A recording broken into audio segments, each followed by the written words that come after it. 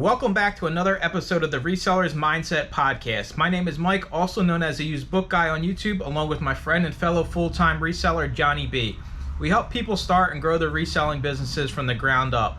We also have a weekly Zoom call and private Discord for all YouTube members. Head on over to youtube.com/usedbookguy to join the channel and gain access to the full-length podcast, Zoom call, and private Discord today. Let's get into this week's episode. What is up, everybody? Welcome into another episode of Resellers Mindset Podcast. Mike next to Johnny. Special guest today down sitting underneath us. Tech and Sports. He's back for the second time, almost a year to the day. So now that we have him back again, if you haven't watched the previous one we did, he kind of did a little bit of his background, his backstory. So today we figure we're going to jump into some more kind of right to the point topics when it comes to reselling and kind of how things have changed over the past year, because for all of us sitting here, all three of us, our businesses have changed greatly, but in ways they kind of have stayed the same. So Tech, thanks for hanging out with us. And I guess you can give a little bit of a spiel for those that don't know who you are, and then we'll kind of take it away. So first and foremost, thank you, Johnny B. Thank you, Mr. Used Book Guy, for having me on. Always a pleasure talking to you guys. You're right. It's about 1 year to the day. I think it's 1 year, 1 week. And like you guys said, first repeat guest. So I got the championship belt for that one. I'll take that. But yeah, so I sold on eBay for over 15 years. I built up the #1 pre-owned men's clothing business. We did a couple $1 million per year. I always had a mission to have the best eBay store. When the listing quality report came out on April 15th, 2021, it showed that I was #1 in every single pre-owned men's clothing category. And if you're like me, immediately fall out of love. Once I'm the best, immediately fall out of love. I got to find the best thing to do. Once I have conquered, I'm done. I got to find the next thing to do. So, in the years after that, I let my warehouse time out and the lease expire. And, when I met my wife about 15 years ago as well, she kind of came into the picture when I started eBay. We were working hard, both working very hard, and we came up with this plan to kind of get after it as much as we humanly can until my son graduates high school, make some smart investments, and hopefully we have enough money where we don't have to grind this out for so long. And all of those pieces kind of fell into place. Ended up having the best store, making some smart investments, not on the come up anymore. We are much more fortunate these days. And we had a plan in place to hopefully put ourselves into the position to take a 50-year vacation, which is wake up and do whatever you want to do, however you want to do it. And doing stuff like this, talking to you guys on a nice, fine Sunday morning, this is what I want to do today. So this is what I'm doing. And after this, I'll go find something else that I want to do today. And, that's just all thanks to the power of, flipping stuff, all thanks to the power of reselling, all thanks to the power of eBay.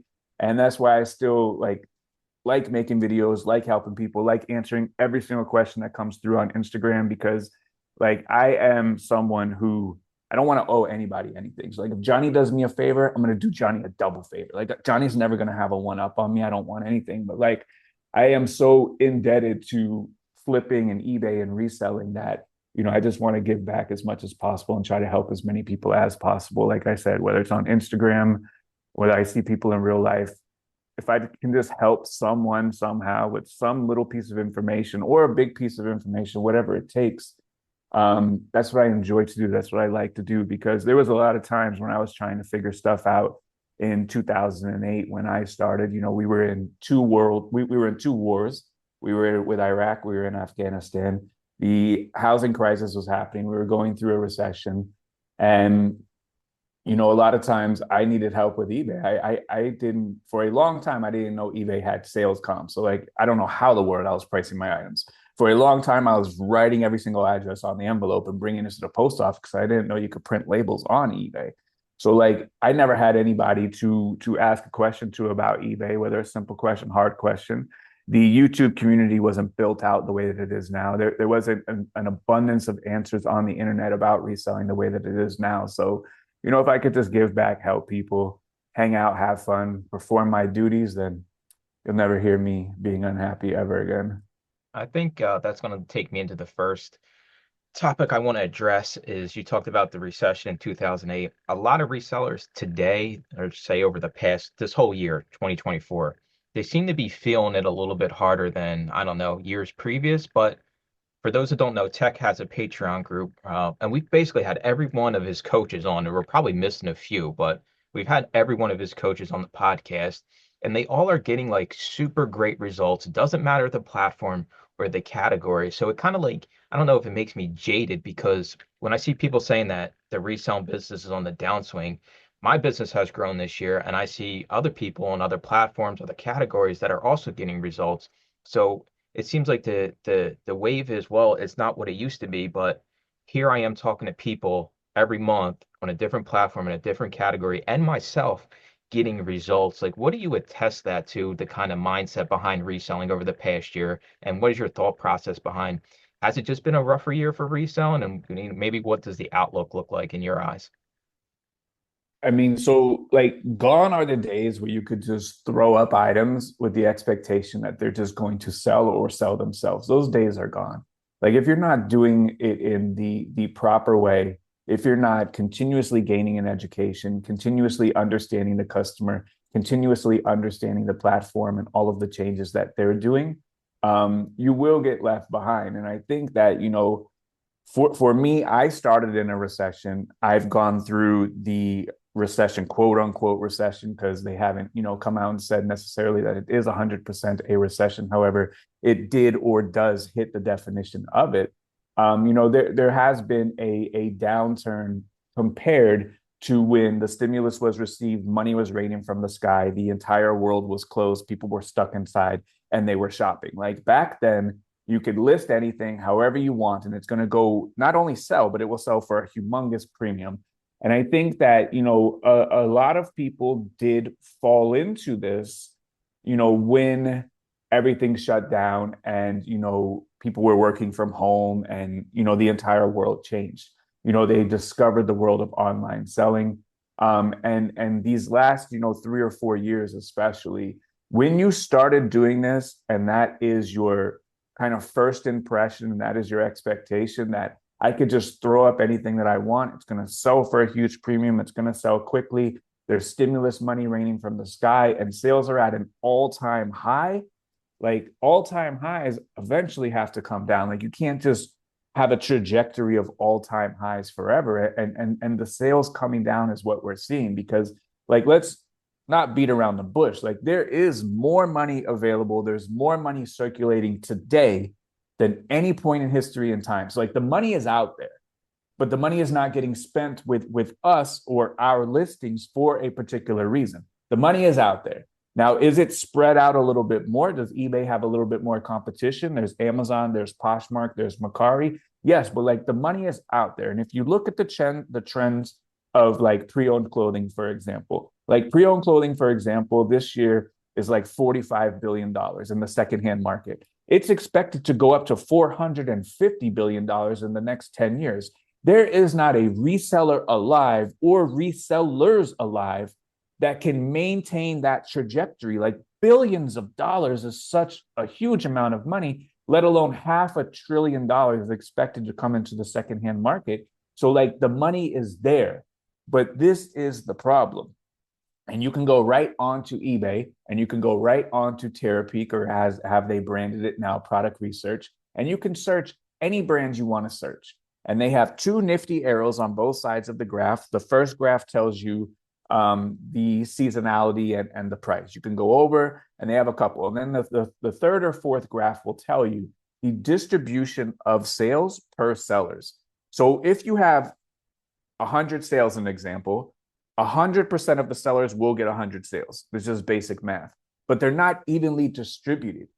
The 100 sales are going to the overwhelming majority of 25% of sellers. So 25% of sellers are getting 75% of the sales in a lot of these brands that we're selling, where 75% of the rest of the sellers have to fight over the remaining 25% of sales. And that's not evenly distributed either. So you have your 25% that's getting the lion's share of the sales. That next 10% is getting a lion's share of the remaining 25%, and so on and so forth, as you end up trickling down and going down. So like the good sellers, as you've mentioned, are getting better, are making more money. Like we're just coming off of the month of November. I can't tell you how many people posted in the group, October was my best month.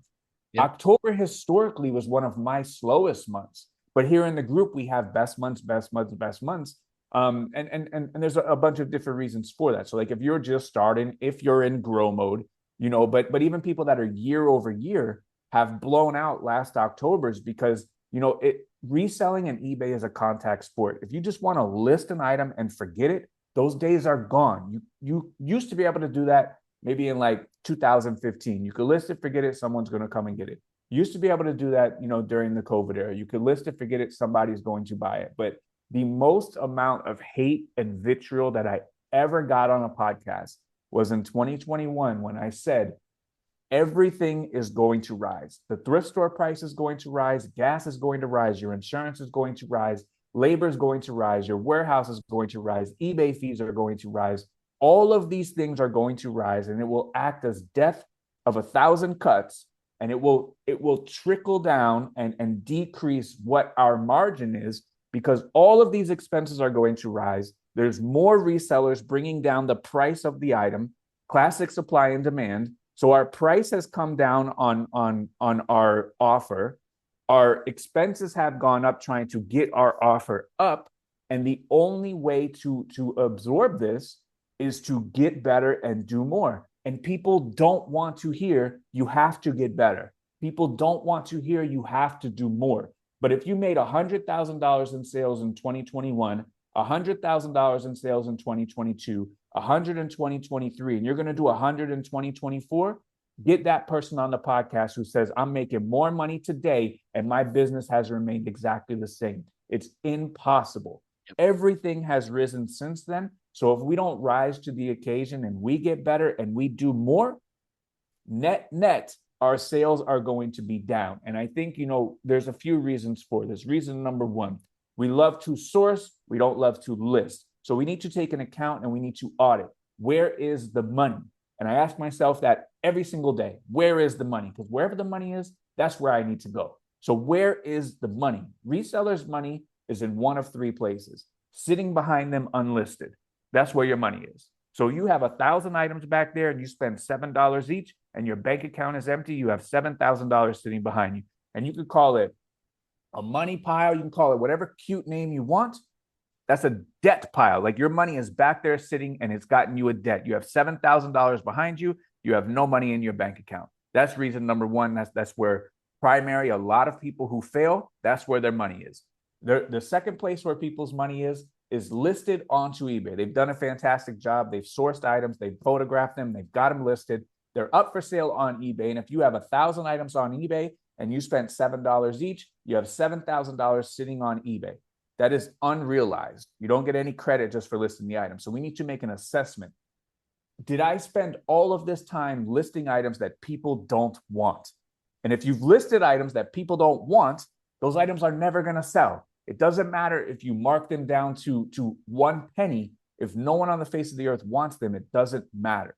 So if you've done everything that you're supposed to do and everything is listed, you have items that people don't want today. So it's either they don't want them in general because they're not good items, or the sell-through is so long that no one wants them today, and your cash flow has been depleted. Your business has no liquidity. Therefore, you can't go out and buy new items to replace those items that are selling, instead of having your money in your bank account, which all of us at the end of the day, our money needs to be in the bank account. And I was talking to someone the other day who is hugely successful now. They do maybe 400,000 or 500,000.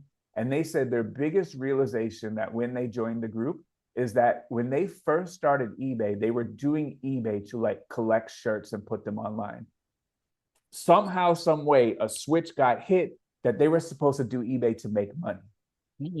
And I think a lot of people, they don't hit that switch and go, wait, I'm supposed to be doing this to make money.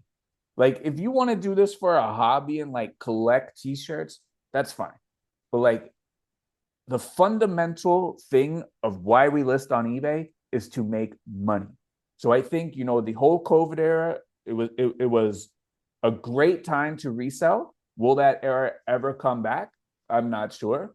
But the people that are busting out are the people that were listing items and they were magically selling just due to the amount of customers that were on the market, way more customers outpacing the supply, so the prices were up. Way more money that was easily disposable, so the prices was up. And or they were selling so good back then, and you see people who will report, I'm selling 30,000. The next month they're selling 25, next month 20, next month 15, 10, 8. I'm out of business. These people probably over leveraged, and they probably built out infrastructure that they couldn't financially maintain, and now they're out of business. So I'll never forget the day. I was hanging out with my son. We were driving around, and he was talking about, everyone getting a stimulus. And back then, I don't know, maybe he was 16 or so. And he's like, everyone's going to have a lot of money. And I said, no. Sony's going to have a lot of money. Nintendo's going to have a lot of money. Apple's going to have a lot of money. These people that are getting these $1,200 stimulus, that money is good as gone. So like all of the stimulus that came to us, ask yourself how much of that money we still have. And the money's gone somewhere.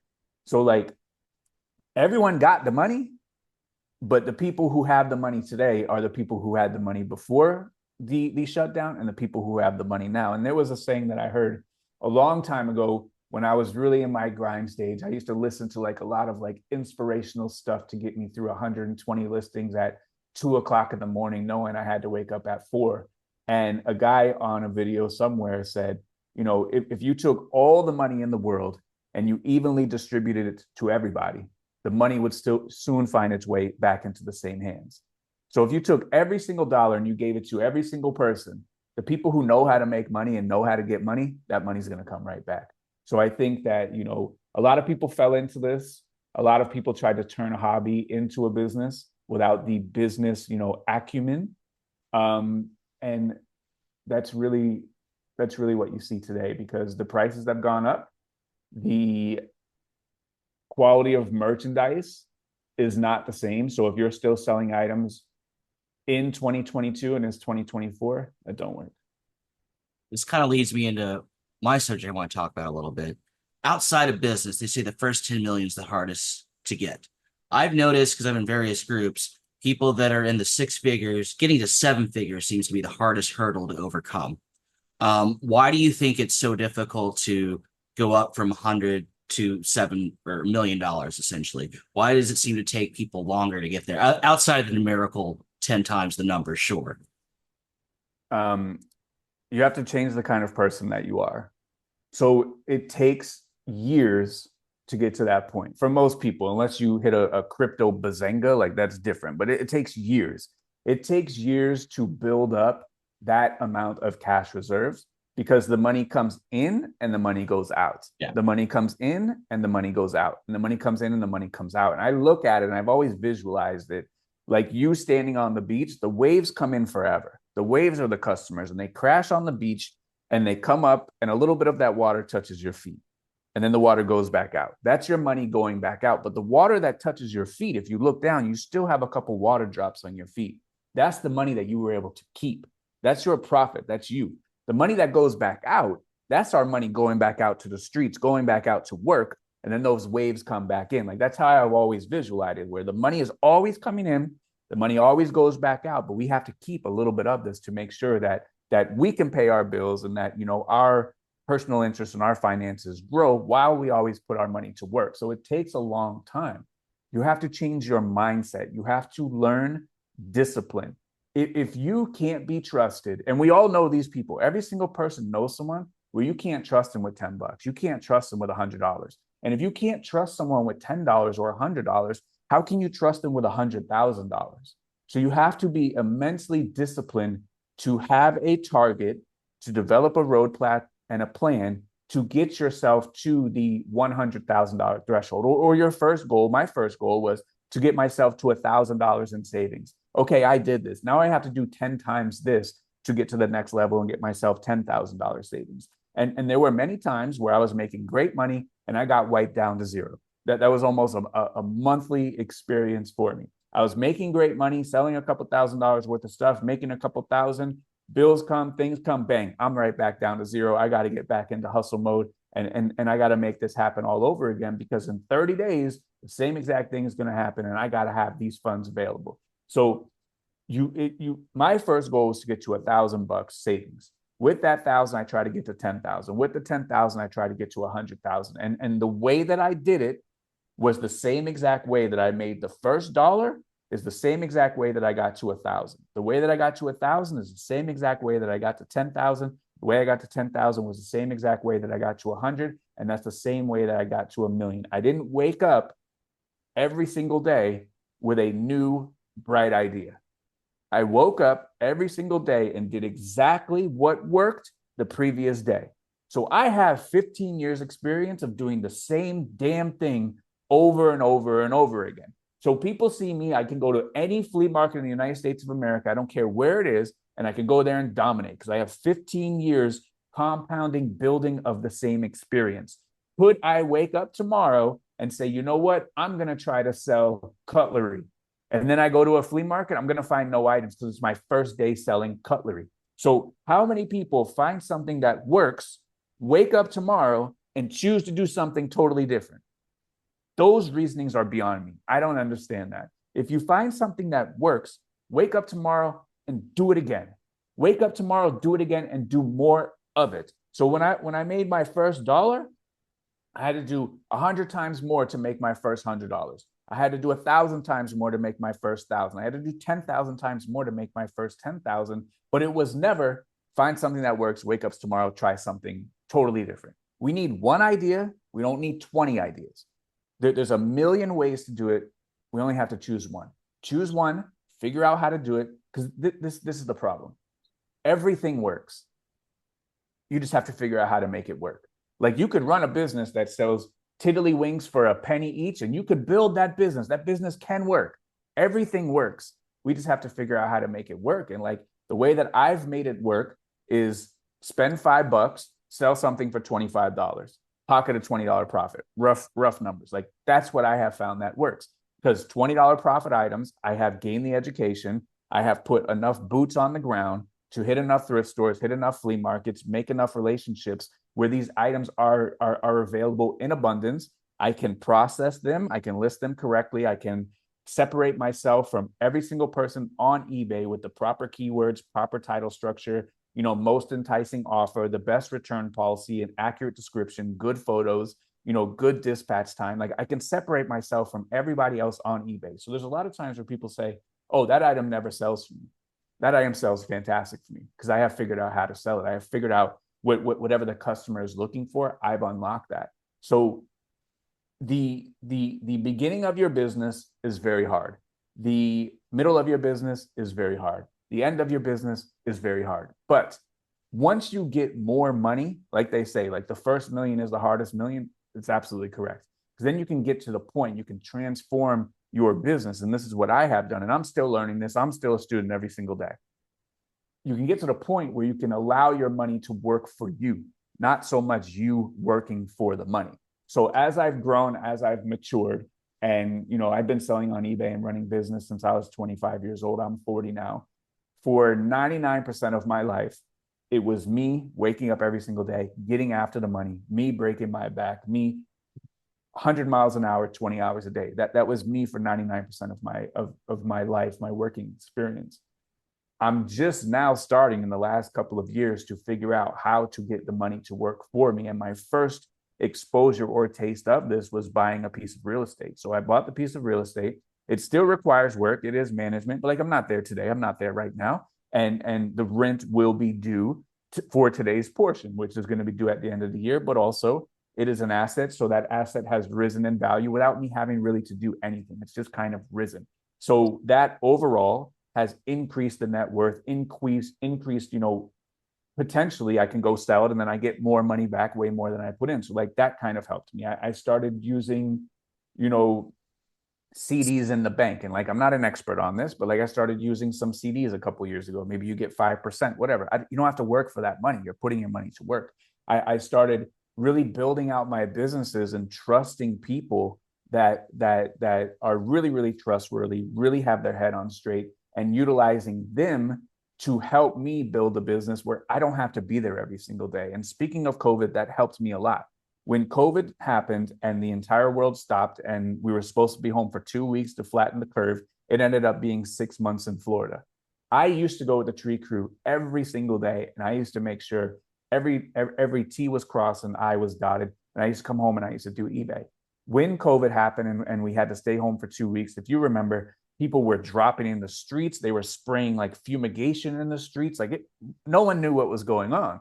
Those are the videos that we saw. So we were forced to split the crews, and one crew would go out and then one crew would go out the next day. One crew would go out, one crew would go out the next day. So like I was on the B crew, the A crew would go out, and guess what? Everything still got done. No customers complained. Like customers were happy. They were still upselling jobs, and I didn't have to be there. So that taught me like I have good people in place and I don't have to be there. So put very good people into place, pay them very well, take care of them very well. And again, that's my money going to work. So even today, I've always said, for a very long time in the group, and even going back to the first podcast I ever done in 2017, I always say like eBay is not going to be forever. eBay for me is a stepping stone to multiply the money, to make sure that I can make enough money, put it into enough investments where those investments pay for everything that I need, and those investments give me enough money where I can reinvest it back into more investments and kind of create in my head what I see as like an infinite money loop. So I make an investment, helps me pay the bills. I don't have to actively go out and work for the money. The investment helps with that. You make enough investments and all of your bills start getting paid by the investments. You make enough investments, now you have extra money coming out from those investments, which you can reinvest into more investments to make more money. That drives me every single day, and that's what I've been doing for a very long time. And I always said, as eBay scales down, and I've talked about every single milestone, every single step of the way. I told people on May 1st of this year, this is what's going to happen. On January 1st of this year, this is what's going to happen. On September 15th, this is what's going to happen. So like I had the scale down many years ago, but I always told everyone I'm always going to be involved in clothing in some sort of capacity, because the clothing is the best way to multiply the money that I've been able to identify. For you guys, it's books. That's fine. You could put 10 cents into a book. You can get $8 out. You could do that an unlimited amount of times. If Warren Buffett knew what we were doing, he would pull all of his money out of Berkshire Hathaway and he would put it into eBay items. He would get a 500% return in 90 days. Like if he knew what we were doing, he would be doing this. So like I'm always going to be involved in clothing to some capacity. So for my eBay career, at the biggest peak of the eBay career, I had 50,000 items on eBay. I sold between 250 and 300 items a day. I had the best listing, best products, best selection. I never one day sold 1,000 items. I never sold 1,200. I never sold 500. Never. I always sold between 250 and 300 for whatever reason available. So made fantastic money, was doing great. But now I sell 4,000 pieces of clothing per day. Do I make $20 profit or $15 profit each? No. I might make $2 each. If I'm selling 4,000 pieces, net, I'm making more money putting out my money, buying 4,000, throwing it into a pallet, and then selling it to somebody else so they can go and make the lion's share of the money. So I'm letting my money work by continuously buying these clothing. And I could be in New York City. I could be in Los Angeles. I could be in Kalamazoo. eBay is not going to tell me I had a late shipment. eBay's not going to tell me I need to list every single day. So if the guy's car breaks down, we ship out pallets tomorrow. It's okay. So I had to understand, realize, and identify these ways that I can let my money work for me. And that's the part that comes after you make a couple dollars. It's much easier to make more money. So like with the clothing thing, I can make $4,000 or $8,000. I never in my wildest imagination knew that I would be able to make $4,000 or $8,000 in a single day. Never. I look at some of my old tax returns. I used to make like $8,000 in a year. But that's because I didn't have the skills that I have now. I didn't have the experience that I have now. I didn't have everything that I had to painstakingly learn every single day of my life over the last 15 years. So people ask, like, how long is it going to take for me to achieve this? And the answer is however long it's going to take. Like, this stuff does take time. It's not get rich quick. It is a marathon. It's not a sprint. But as you do build up more capital, you can start allowing your money to work for you. And every single person that sells online, to some extent, you are letting your money work for you. But you're still actively working for a lot of that, because we have to do photos, ship, customer service, everything that source, everything that is all encompassing of reselling. But hopefully we can take this money that we are making from reselling up and above whatever our bills or requirements are, and we can find another vehicle, a different vehicle where we don't have to work so damn hard. Because I have worked very hard, and I'm very fortunate. And if you gave me a contract today and say, do everything I've had to do for almost the last 20 years, and you'll be in the position that you are, I'll sign that contract every single day of the week. Because I have no education. I didn't go to college. I had a son at 18 years old. And to be in the position where I am today, it's only due to the power of reselling, multiplying the money, being smart with the investing, and getting after that every single day. So I know these are like long-winded questions, but like I'm very passionate about this stuff. No, we've very being thorough, honestly. So the person who's, I'm not talking about just anybody, but a person who's been at the game a while, they're in the six-figure club, and they decide to push all their chips in to try to speed it up. What do you find happens to those people the majority of the time? Do they fall on their face, or they bet on themselves and go big?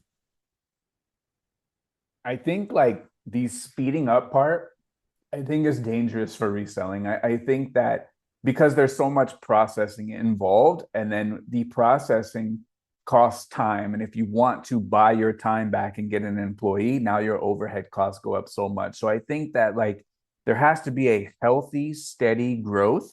And I've talked to thousands of resellers. I've never talked to a single reseller that has scaled to profitability. And with the margins that reselling affords us, I don't think there's any reason to scale to profitability. We should be able to be profitable from day one and maintain that profitability through our entire reselling, eBay, Amazon career. We're getting 500% returns. Like if that's not good enough for you, then maybe sell drugs. I don't know. But like this is the closest to selling drugs as you can get, like without going to jail. Like it's the same principles. You buy a bunch of stuff and you break it down and sell it individually one by one. And our street corner is eBay or Amazon. Like it's the same principles. You just don't go to jail for it. So like the speed to do it, like if you don't have a couple of years to get yourself into a different position in your life, I don't know what to tell you. If you don't have 10 years to like lock yourself away and like imagine if someone did every single thing the exact same way for 10 years and compounded and built that in the reselling space, they'd have more money than they know what to do with. And that's 10 years. And you talk to people and they say 10 years. 10 years is not a long time, man. My son is 21 years old. In a blink of an eye, that dude was at my knee. It happens so fast. Like 10 years is not a long time. Do it for 2 years and report back, and do it for 5 years and report back. It's not a long time. Forever is a long time. 10 years is not. I think what you're hitting on here is there's sacrifices that have to be made if you want to turn this business into a business. And when you said a lot of people started, in the COVID era, and those are some of the people that are kind of getting phased out. I just think back, you're 2 a.m. listing stuff, right? Like I was working a full-time job and I had to drag my wife out on my days off. And, thank God she stuck around for it, because 2 days off a week, 1 day off a week, I'm dragging you to a stinky thrift store. I think it is accustomed people to not really have to sacrifice as much or feel like they have to sacrifice to get the results because of the YouTube, the social media, the way it's spun up, right? Reselling is you can just go to a thrift store and make a bunch of money. And reality is, I try to tell people this, you're talking years. I can't Yeah. get people to sign up for 6 months of just sticking with something to get results. So the idea you're talking 5, 10 years, it's just too big for people to handle. And I shoot straight now with people when they're like, hey, I work full time. I want to quit my job to grow this business. I said, well, there's going to be sacrifices you're going to have to make along the way. And it's going to be a lot of your time. And if you have a significant other or kids, you're going to have to figure it out because it's hard to fit everything in to make it work. I agree with that 100%. And like those posts that you're referring to, like we went through a couple of those on the morning call a couple of weeks ago because people were, curious, like, how did you make all of this work? So I got posts all the way back from 2019. And a lot of those posts, I was finishing my listings at 2 a.m. and saying, hey, I got to wake up at 4 a.m. And every single one of those posts, I said, I'm tired. Like I was tired. It was hard. It was not easy. But it was the best way that I could find to make the kind of money that I was making. Like at those times, finishing at 2, waking up at 4, like I was making more money than a doctor. And a doctor has to go through all of that school and be responsible for somebody's life and, they have to carry that on top of them, on top of everything that they have to do. Like doctors ain't getting out of the office at 5. Like sometimes they got to stay till 5:30. Sometimes they got to come in when they don't want to come in. Like if you want like extraordinary results, there's going to be a large portion of sacrifice. If you want the most basic results, then there's going to be the most basic amount of sacrifice. And I think eBay is one of the things that the amount of energy and effort and time that you put into it is going to be a direct correlation of what you get out of it. And I always say eBay, but like eBay is like a synonym for reselling. It doesn't matter what platform you're on.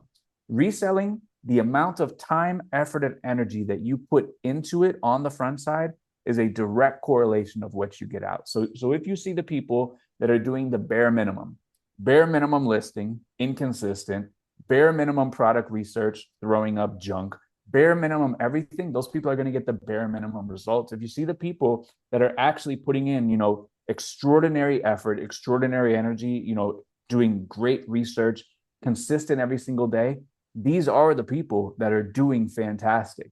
But like you can't, like we said in the beginning, you can't run a reselling business like we were in 2020.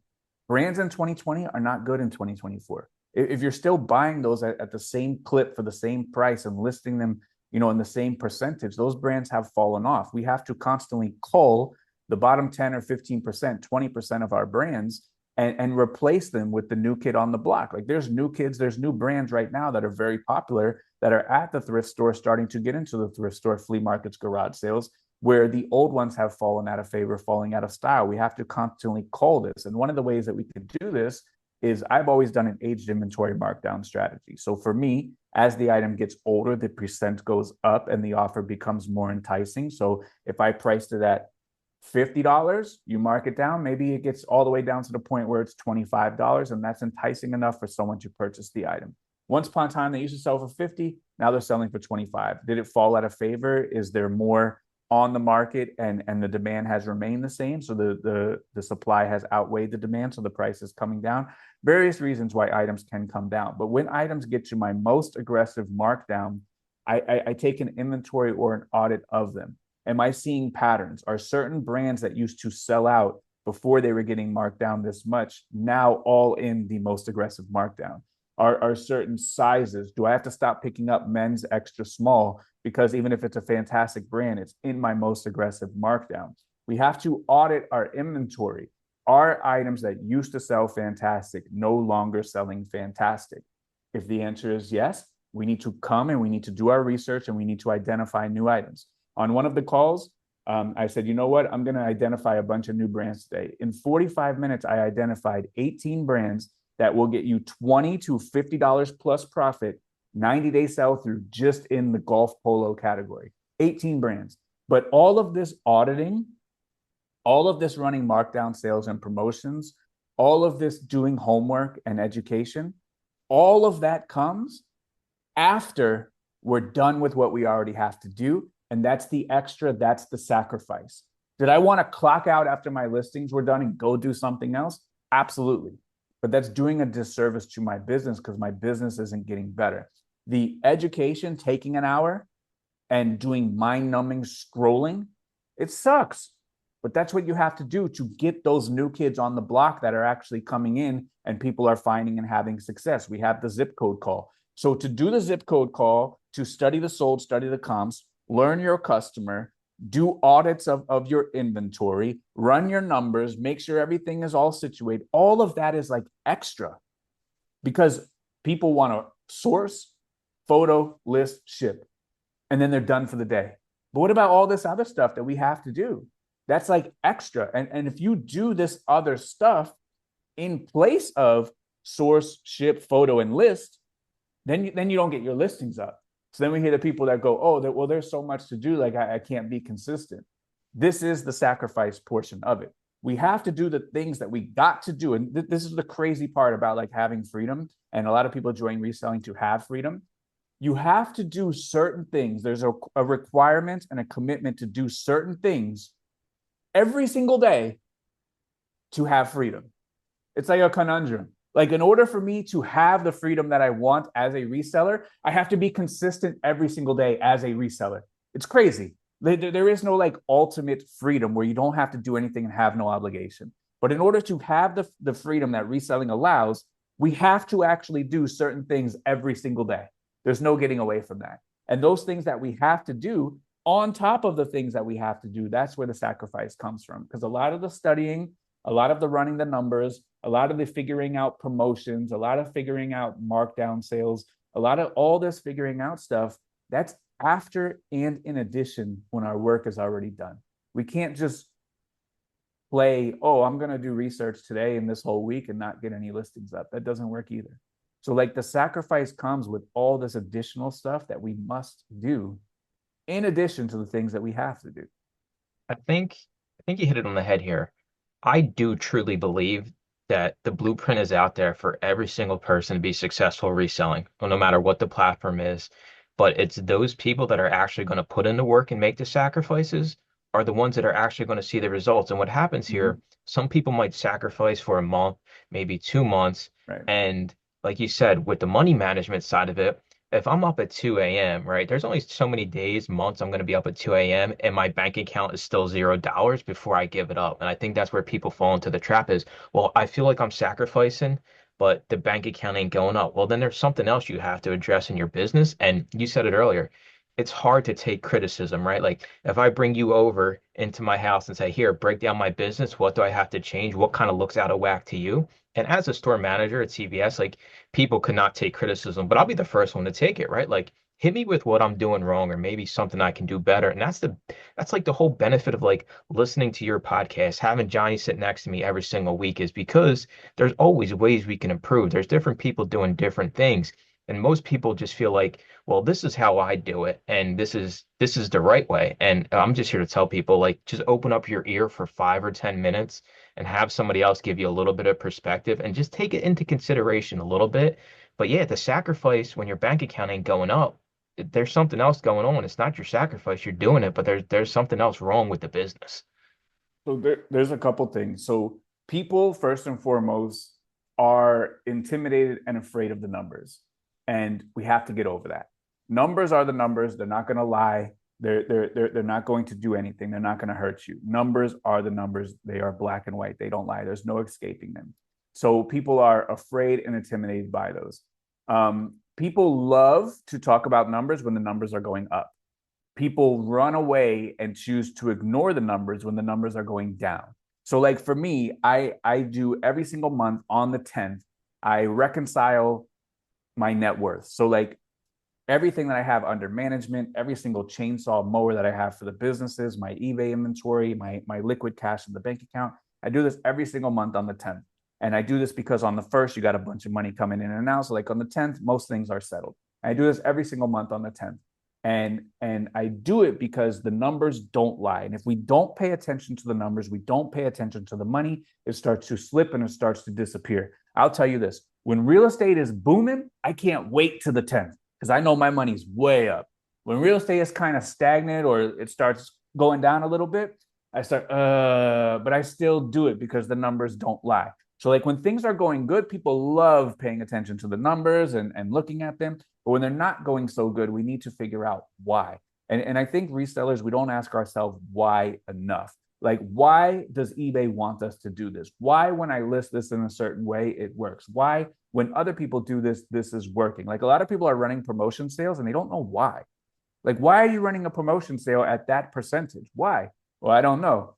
It's because someone else told me or someone else is finding success with that. Well, do you have the same offer, the same business philosophy, the same storage capability, the same everything as this other person that has this same percentage? Or are you trying to run a business out of a studio apartment in New York City? Like that person is going to have different needs on the back end than you, who might live in Wisconsin and has a $20,000 building or 20,000 square foot building in the back. Like your needs are going to be different. So all of these things, like you can't copy. You can take the foundations and the framework that we all talk about all the time. But after that, you have to figure out why and what works for the business. So when we talk about staying up till 2 a.m., staying up till 11, staying up to 10, Then we get into the conversation of, oh, but I joined reselling to have work-life balance. That's correct. But work-life balance, the first thing in it is work. And then after that, you can find the life and you can find the balance. But a lot of people who scream work-life balance are people that have a 3-hour eBay day, but take 16 hours to get it done. How is that work-life balance?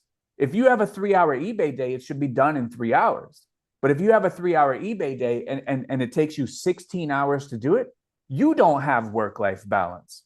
So there are people that are putting in extra effort, taking the initiative to do more. And sometimes the days do run late. That's how it goes. That's a business owner. And if you don't want to do that, go right back to CVS like me and you used to do, clock out when your shift is done and tell them to pound sand till I come back. Not my problem. Go get a 9 to 5. Go get a 2 to 10, because that's what I had. I had a 2 to 10. I went in at 2, stayed till 10, got off of work at 10, and that sucks because you wake up tomorrow morning, there's not enough time in a day to do anything. I'm devoting my entire day to go work at CVS because there ain't nothing you could do between 9 and 2. Your day is done.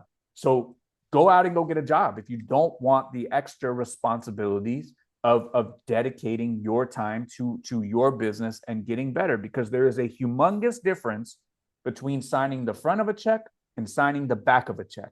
If you sign the back of a check, someone else has taken on every single burden of responsibility. They have made the money and they are paying you. If you are signing the front of a check, you are a business owner and it's up to you to make sacrifice. And if you want to get to the point where you're having an employee, where you're having a warehouse, where you're signing your name on the dotted line, you have brought yourself voluntarily an immense amount of responsibility. No one is obligated to do anything that we're doing. However, we all have voluntarily signed up to resell and sell on eBay. We have voluntarily decided to do that. With that voluntary decision, all of these things that we're talking about do come into play. There is no two ways about it. If you want work-life balance, you have to get your work done in the allotted time and then go do something else. If you want to be a business owner, you have to handle the responsibility, the obligation, and the duty, and you have to wake up every single day, put your feet on the ground, and you and only you are responsible for getting the money, making your profit. No one is coming to save you. No one is a manager and you're going to work at their direction. You have to be a self-starter. You have to be a problem solver, and you have to constantly ask yourself, why? Why am I doing these things?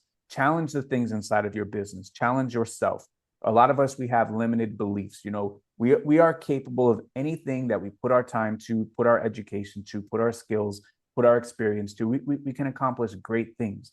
But being a business owner is a much heavier burden and responsibility than just clocking a paycheck.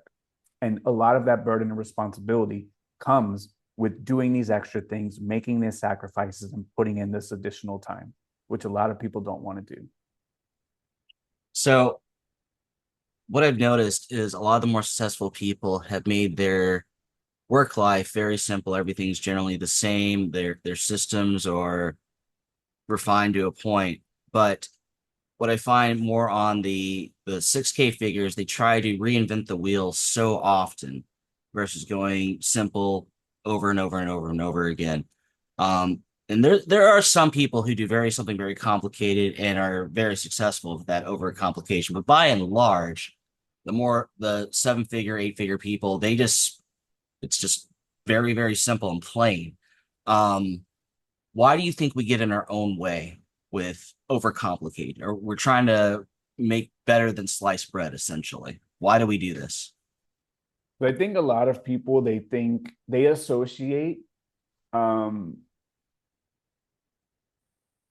difficulty and more complication with, I guess, less likelihood to fail.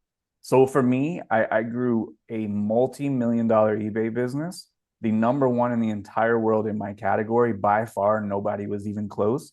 And it was built on plastic tubing, cardboard, and pieces of wood that I drilled together. Like, that's what I built it on. It was nothing fancy. There was no robots or anything like that. It was low cost, no cost, really breaking it down, bare bones, down to zero. And the way that I think reselling should be scaled, and it worked for my business, is to make sure that you can get yourself to a point where you can make a carbon copy of whatever you're doing, and then that doubles the business. So for me, I had my photo set up. I was able to do 120. So why don't I get an employee and then have them have the same exact setup, and then they can do 120? So now I've gotten an employee. I've assumed that burden and responsibility, but I've doubled the output of the business. And their station, believe it or not, was an exact copy of my station. It was a carbon copy, same computer, same camera, same clicker, same carpet, same lights, same everything. It was an actual rubber stamp side by side. Once that worked, then I got another one side by side by side. Once that worked, side by side by side by side. And it was like an assembly line, all in the right direction of the exact same thing, just built out 4 different times. And I could have built this out 40 different times if I had warehouse space that would allow it. Like that way, that method was going to work forever. Could I have made it more complicated and added a whole bunch of other stuff? Maybe I could have, but the way that I listed my very last piece of clothing on eBay was the same exact way that I listed my first piece of clothing on eBay. It worked the first time. I just did more of it, refined it a little bit more, made a couple improvements, gained some experience to the repetitions that I was putting in, and gradually got faster. So when I had the goal of doing 250 a day, I had 3 people taking photos, 3 people doing listings. So the same 3 people, I didn't have 6. They were taking photos and they were doing listings.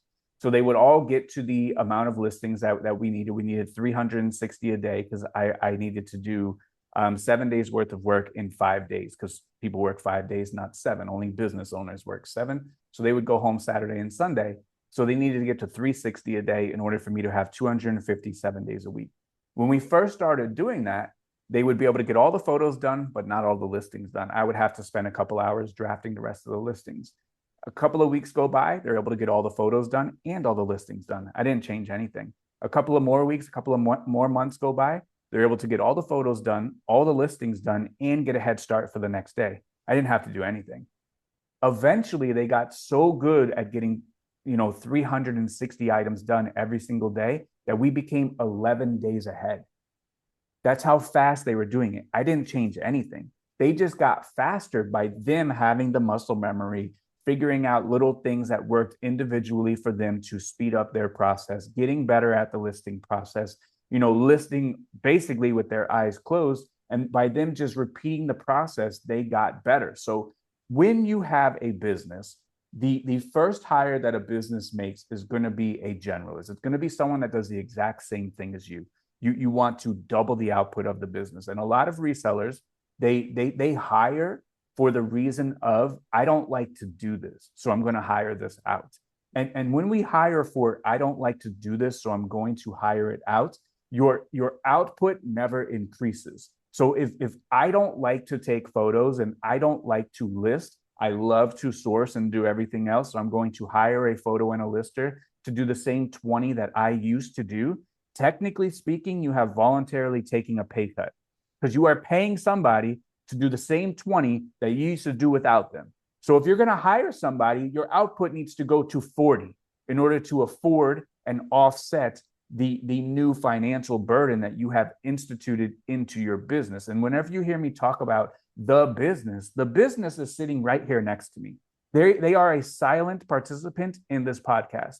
I am not speaking on behalf of my business. My business is over here. It has its own EIN. The United States of America looks at it as its own person. This is not me. My duty is to make the correct decisions for my business in the best interest of my business. And if I'm going to hire someone for my business, it's going to be in the best interest of the business. And when you hire people in the best interest of the business, you also have to fire people in the best interest of your business. And that's a part that comes with it as well. So if we are going to hire someone, our first hire is usually a generalist, someone that does everything that we do, mirrors what we do. If we ship, they help ship. If we pack, they help pack. If we photograph, they help photograph. That's what I want. A lot of people, their first hire in reselling is a specialist. A specialist is someone who is going to take away from the business without increasing the bottom line. So a specialist would be, in the conventional world, a HR person. HR is not driving revenue and putting product out the door. A specialist would be someone that specializes maybe in law. Maybe you have to hire a lawyer. The lawyer is not driving revenue and bringing money to the bottom line. That person is costing you money. So the first hire most businesses should make is a generalist, someone that does the exact same thing as you and can double the output. Once you've hired enough generalists and your output has grown by so much, and now you start having people problems, which means you have so many people and everything is moving smoothly, that's when you hire a specialist. That's when you hire a manager. That's when you hire someone for HR. A manager isn't pushing the blue button on a reselling business. A manager isn't outsourcing for a reselling business. Very few businesses get to this point, but you understand the point that I'm trying to make.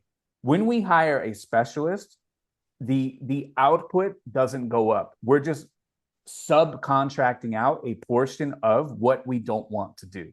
And every single time that I've made a hire, it's been a rubber stamp, double the output. And eventually you build a business that hires, only specialists. The hugest companies, they don't have generalists. They have everyone that is a specialist. They have a PR person. They have someone that only cleans, someone that only does this. They're filled with only specialists.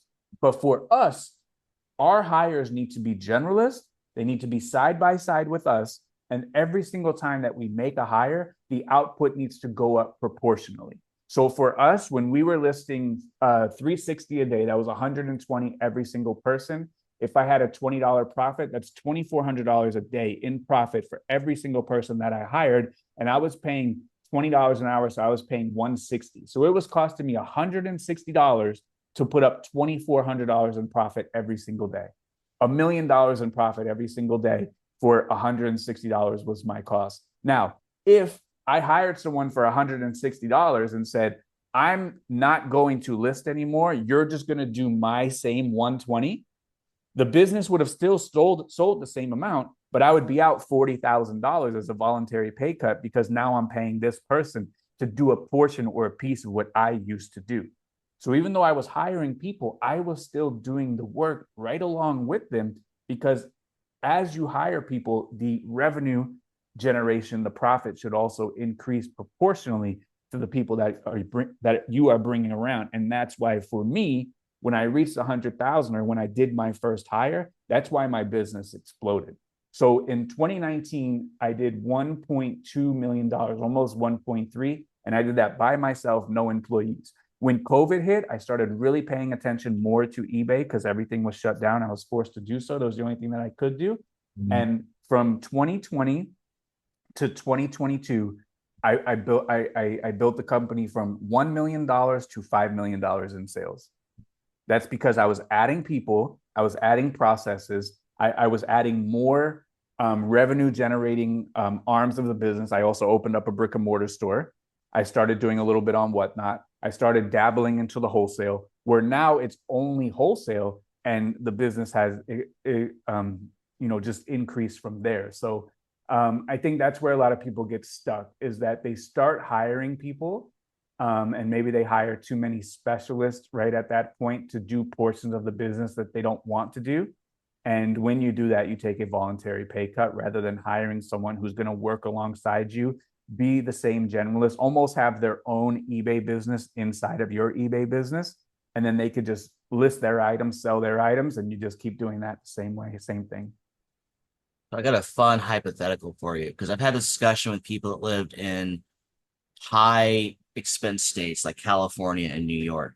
So if you were to live in one of these particular states, would your volume or the type of items you were to do in these states, would they have to increase to basically make, like, I live in Texas, make the equivalent?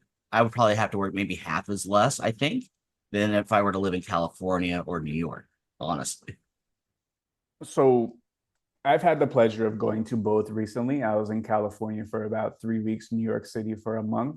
I actually hit a thrift route in New York City, downtown Manhattan, on foot. It was a 5.5-mile thrift route. I could have did it in a car, but I did it on foot. I went to about 5 or 6 stores. My average cost of goods was $11.28 in New York City. And Johnny B, he did the reaction I was looking for. But my average sale price was $53. No, there you go. So it works. It Works. still works. And may they have maybe challenges with storage? Perhaps. I talked to a lady, her storage was in Staten Island. So maybe she's got to jump on the Staten Island ferry and go over there and ship and pack. So there are going to be challenges for every single situation and scenario.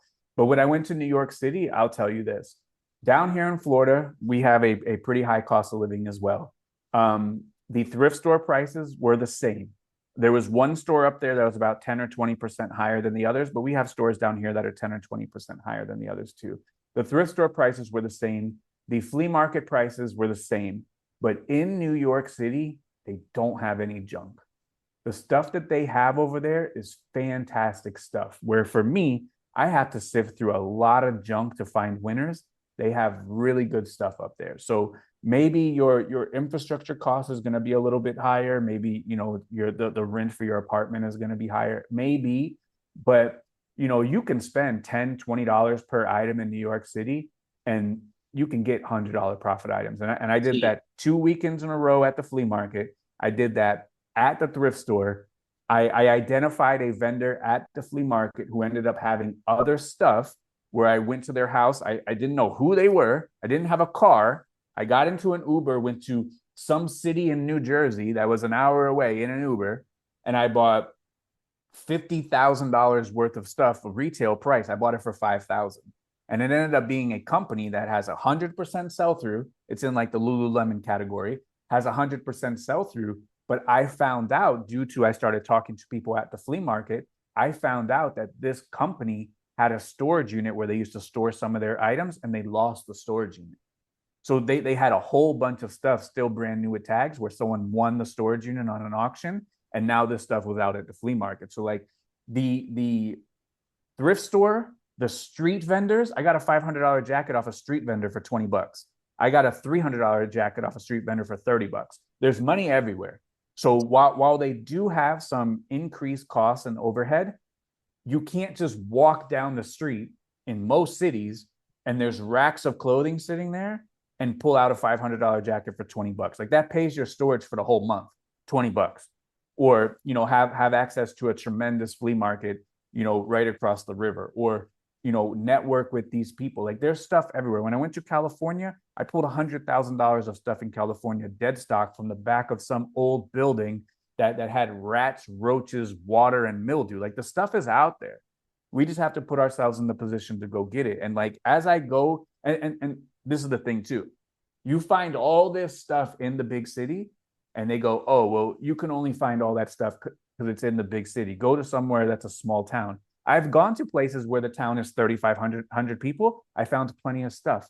The place that I go to all of the flea markets on my videos, and I do this by my own initiative. I go far away from my house because I don't want to go to my flea market where I'm El Presidente. I've gone there for almost 20 years. Everyone knows me. Everyone holds stuff. I don't want to go to my flea market. It's like shooting fish in a barrel. I wake up, I go 4 hours away where nobody knows me to a flea market that has more strawberries in their city than people, and I still find a tremendous amount of items. And when I go to the big city, people say, well, try to do it in a small town. When I do it in a small town, people say, well, there's no competition. That's why you can do it in a small town. So like, you can't win. So if you do it in a big city where all the competition is, you can't win. You don't get credit for that. You do it in a small town where there's no competition, but you still find items, you don't get credit for that either. So like, At the end of the day, the stuff is out there. The stuff is everywhere. I have found it in towns with 3,500 people. I have found it in towns with 13 million people. And if you know what to do, you put boots on the ground, you get out there at the right time, you ask the right questions, you don't beat people up, and you are a professional. It's amazing what type of items you start to find. See, it's funny you say this because in my book group, there's about 25% of them are all in California. And there's stuff they're pulling out just amazes me on the frequency they're able to pull this out from. But it correlates to what on my sales, like where I'm sending my stuff, because I track locational where they're going. A lot of them are going to California. A lot of them are going to New York. A lot of them are going to the high cost of living states that I mentioned. Right. So it's no wonder they're pulling it out more frequently because we're all selling it back to these high cost of living states. Sure.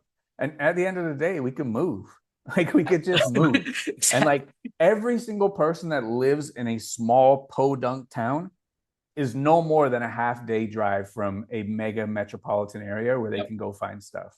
Like the way that the United States of America is built out, even if you live in the plains, you can go to Kansas City. You could go to Omaha. Like there's still places out there, even if you live in the middle of nowhere, that are a half day away, 6 hours away. Go drive 6 hours, source all day, get a hotel, drive 6 hours back. You'll pay for your entire trip. There's no doubt.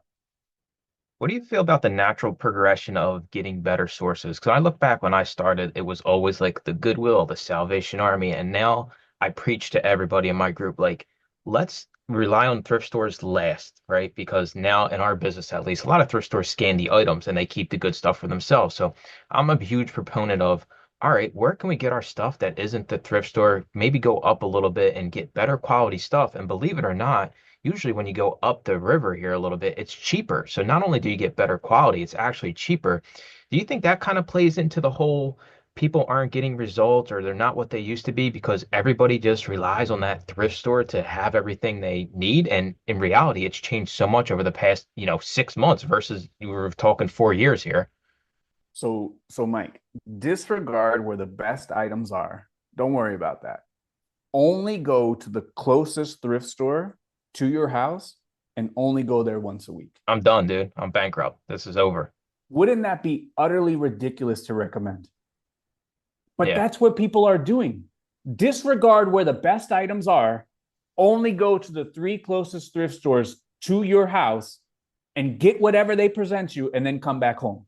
That's what people are doing. And if we sat here on this podcast and said, this is the official recommendation, disregard where the best items are, only go to the closest bins to your house 3 times a week and the closest 3 thrift stores 3 times a week, find what they have there, bring it home and build your business on it. By disregarding where the best stuff is, do that. People would hear that and think that's utterly ridiculous, and they don't understand that that's what they're doing. They're disregarding where the best items are and only going to the most convenient place. So I have a Goodwill, maybe 6 baseball throws from my house on a roll.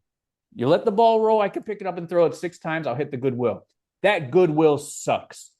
It would be amazing if I can go to this Goodwill and I can get all of my sourcing done for the week. However, that store sucks. So at the peak of my thrifting route, I had to go to 55 stores. Do you think all 55 of them were right outside of my neighborhood, 6 baseball throws away? No, I'm driving hours and working my way back in one direction, driving hours, working my way back in another direction. I'm waking up at 4 o'clock in the morning, going to the flea market 3 times a week. Saturday and Sunday, I'm going to 2 different flea markets. And in a lot of my videos, I'm going to multiple flea markets. You have to put yourself in the best position to find the best items that you possibly can. Not go to the most convenient place. The most convenient place to me is this Goodwill. This Goodwill sucks. So this is the difference between Goodwills, flea markets, garage sales, all of that.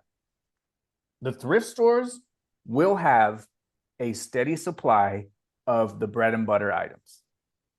On a percent basis, you are more likely to run into a $100 profit at a garage sale or a flea market versus the thrift store. On a percent basis, you are more likely to run into a Grand Sam item at the flea market or a garage sale versus the thrift store.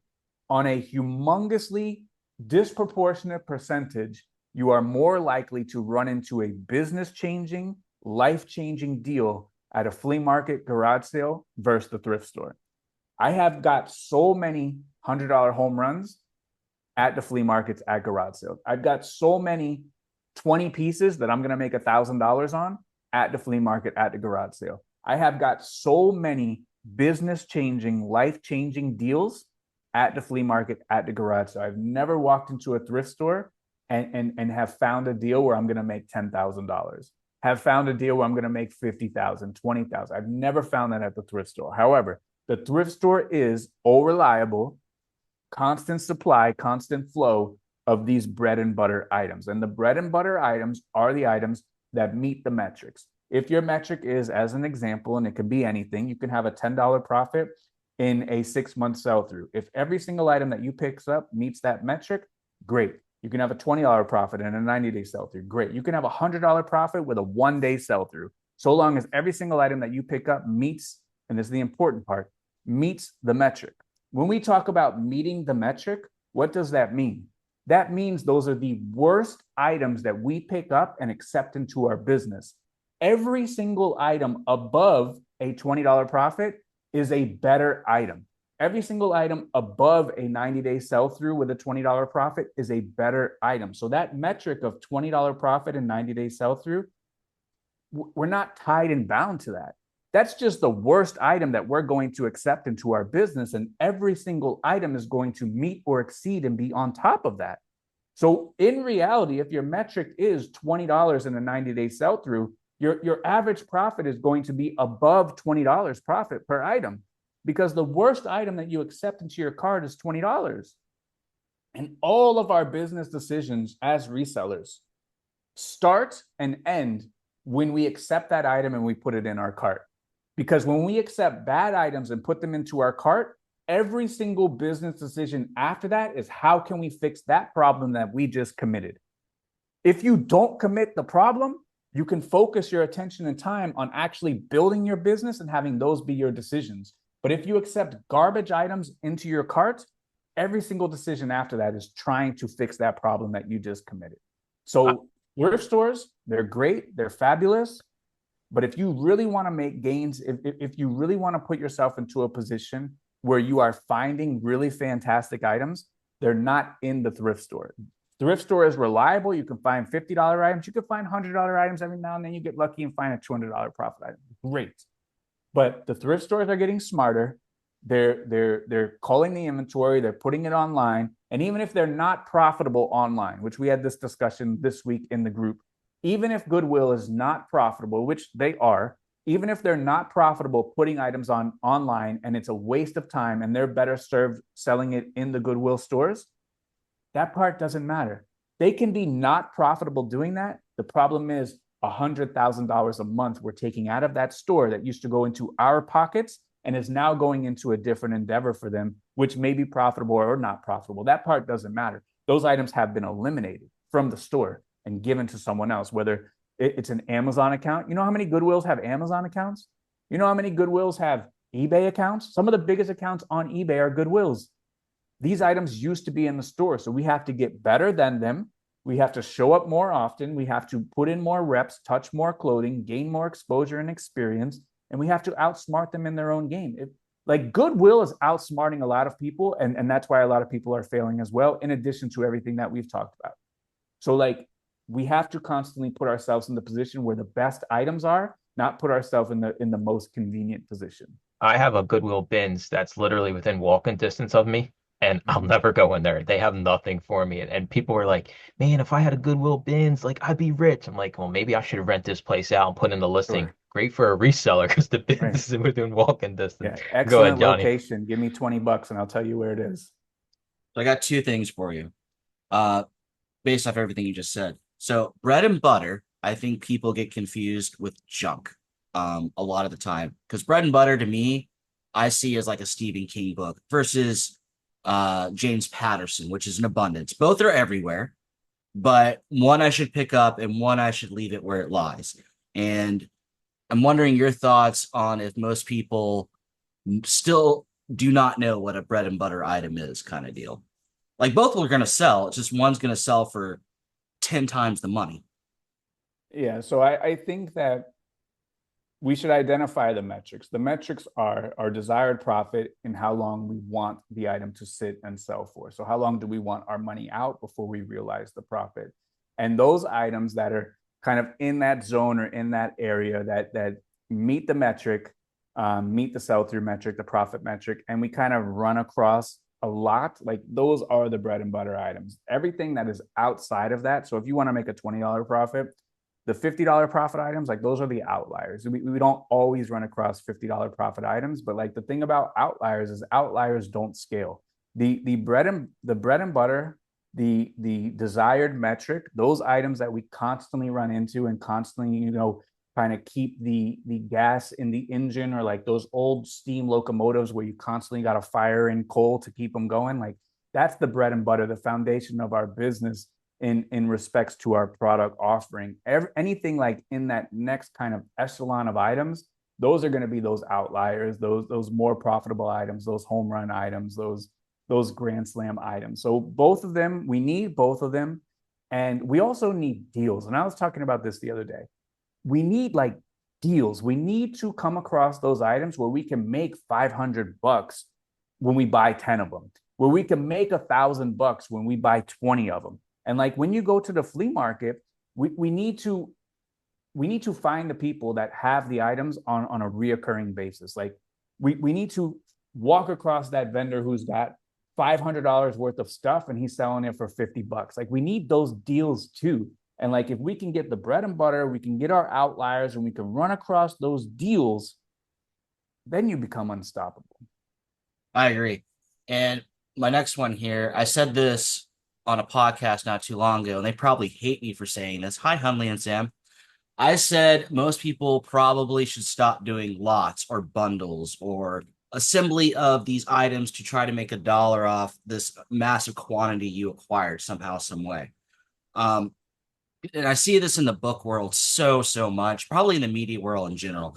I have all this extra stuff. It can't stand on its own. So let me try to put it together with some similar type things, throw it up to make it a passable as if it were one item, metric item. That's an absorbent amount of time to do in scale. And I'd rather just list a single item that can stand on its own. What are your thoughts on doing lots versus not doing lots? When is the appropriate time to do lots? So for me personally, I've never done lots, and I don't know how well they work in the clothing, sphere, but because like if I list 5 Tommy Bahama shirts, without a doubt, you're going to get the message of going, oh, I only want the green one. Can you separate? So I've never done that before. And I think that selling lots on eBay is challenging because eBay is set up usually just for one item. So I think it's a little bit challenging, but it just comes down to just the opportunity cost. Like you said, the time it takes to set up a lot, like, dude, it could take you 30 minutes to photograph a lot of items. Are you better off taking 30 minutes to photograph this lot that's going to sell for X? Or are you better off just doing what you're supposed to do for 30 minutes that's going to sell for X? So if you spend 30 minutes to do this, sells for $50, could you list enough items in the next half hour that can get you $100 or can get you $51 or $200, whatever it may be? And odds are is if you just spend your time doing what you're supposed to be doing, you're going to outperform whatever lot is. Otherwise, why are every single YouTube channel or every single reseller on the face of the earth, why is every single listing not lots? Like if lots are the way to go, like why isn't that like the official recommendation? You have a giant floor space of just piles of what you're going to be listing. Yeah, it doesn't work.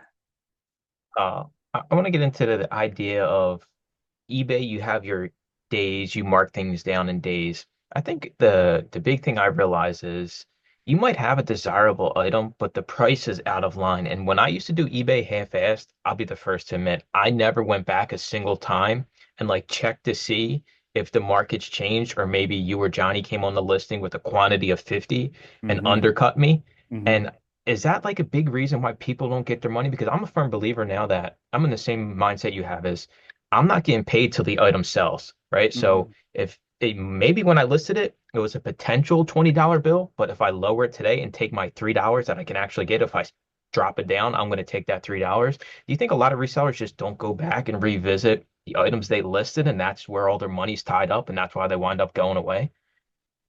So no one wants the item is reason number one. People like to list a lot of stuff that they think are cool, but it's not good.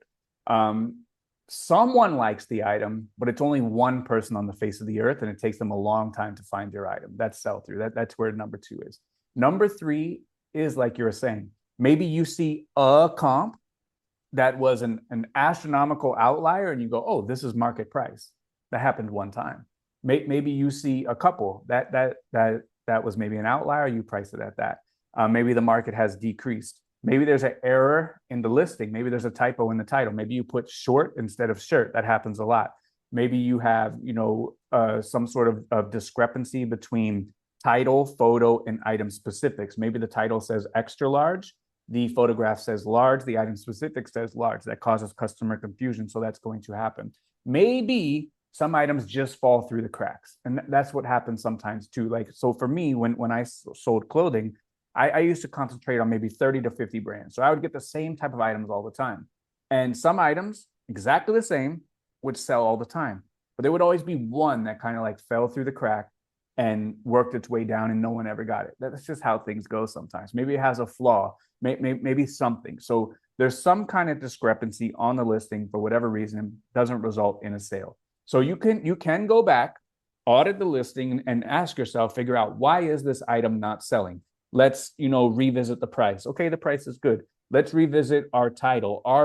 Do we have like a generic title where we are saturating our own opportunity of selling the item because we're using the keywords that every single person on the face of the earth already knows, like casual or long sleeve? Like, no one is searching for that. Like, no one types in, I collect dollar bills, casual shirt. They don't type that in.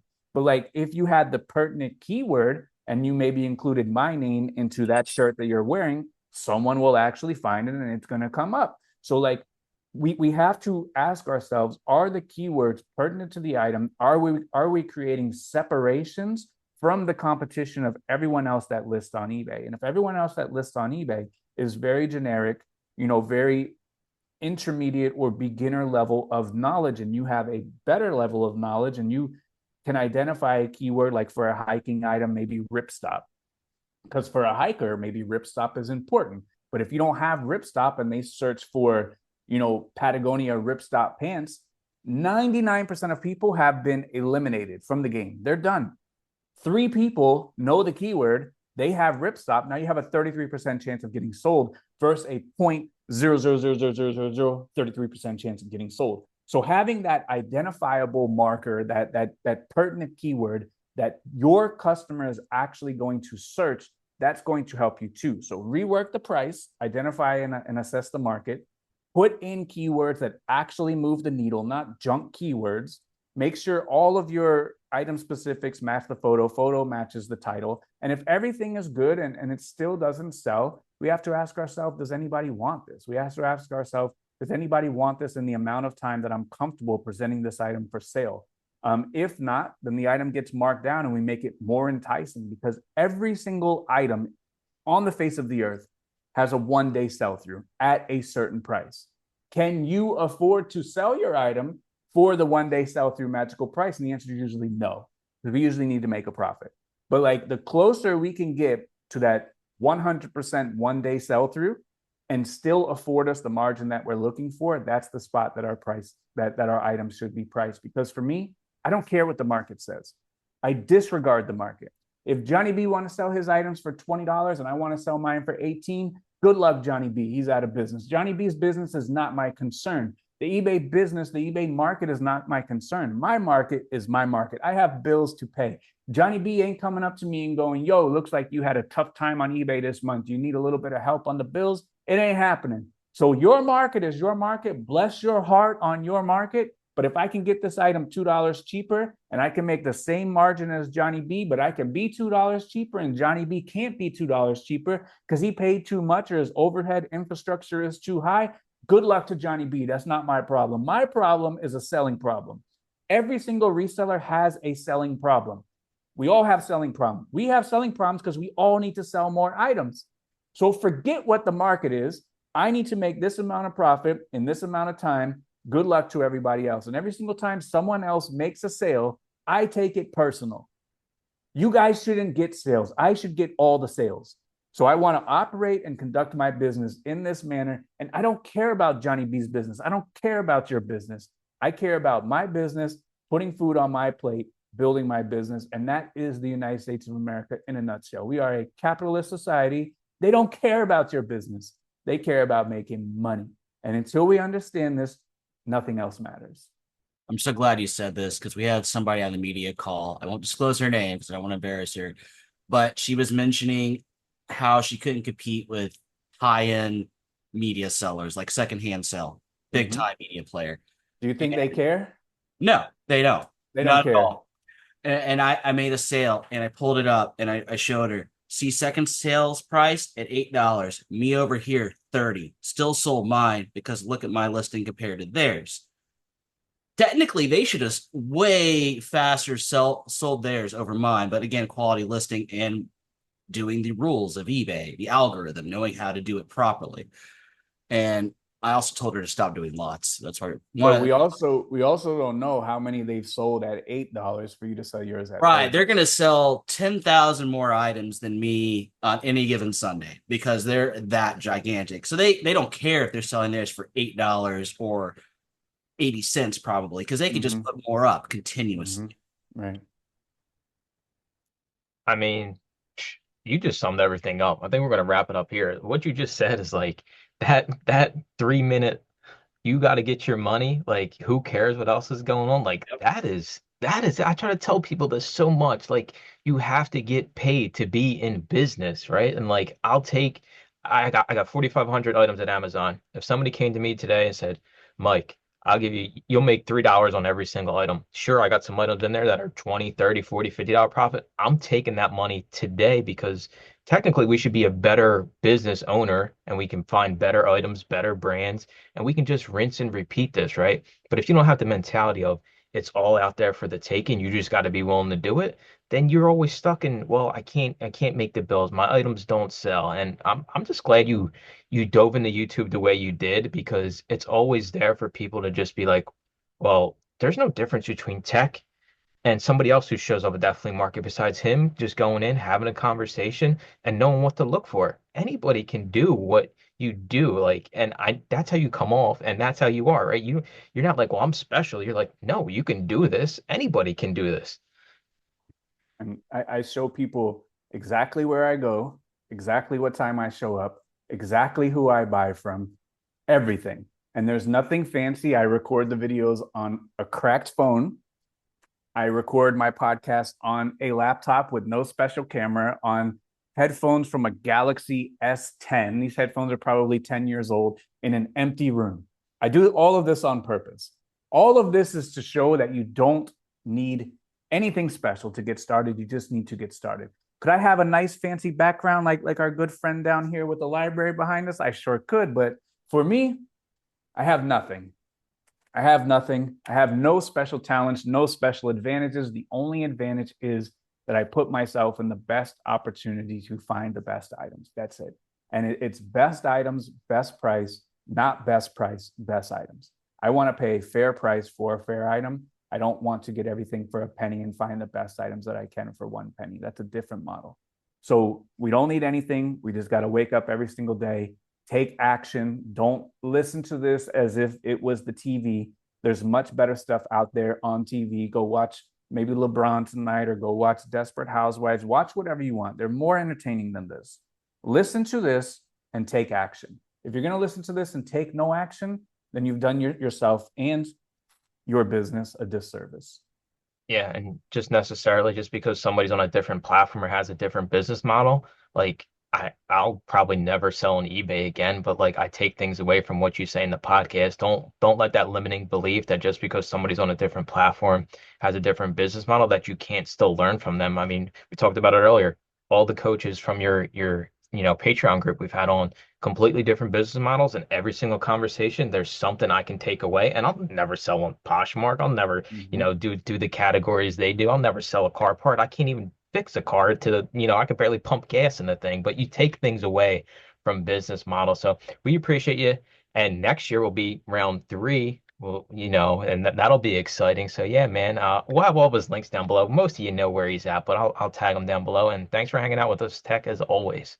Thank you, both of you guys, for having me on again. I always enjoy talking to you guys. And usually I like my podcast, like everyone else does all the talking. So it's interesting sometimes to have the tables turn and have questions posed towards you. So I do appreciate all of you guys always. And you summed it up pretty good. Like when I listen to Johnny B on the media call, like I can learn stuff, even though I don't sell media, I don't sell on Amazon. Listen to Jared with the car parts. I don't sell car parts, but it's just, it's interesting to listen to. I like to be absorbed into the entire just reselling atmosphere. And I think just like surrounding yourself with people that are, doing things, being productive, being actionable, people that are better than you.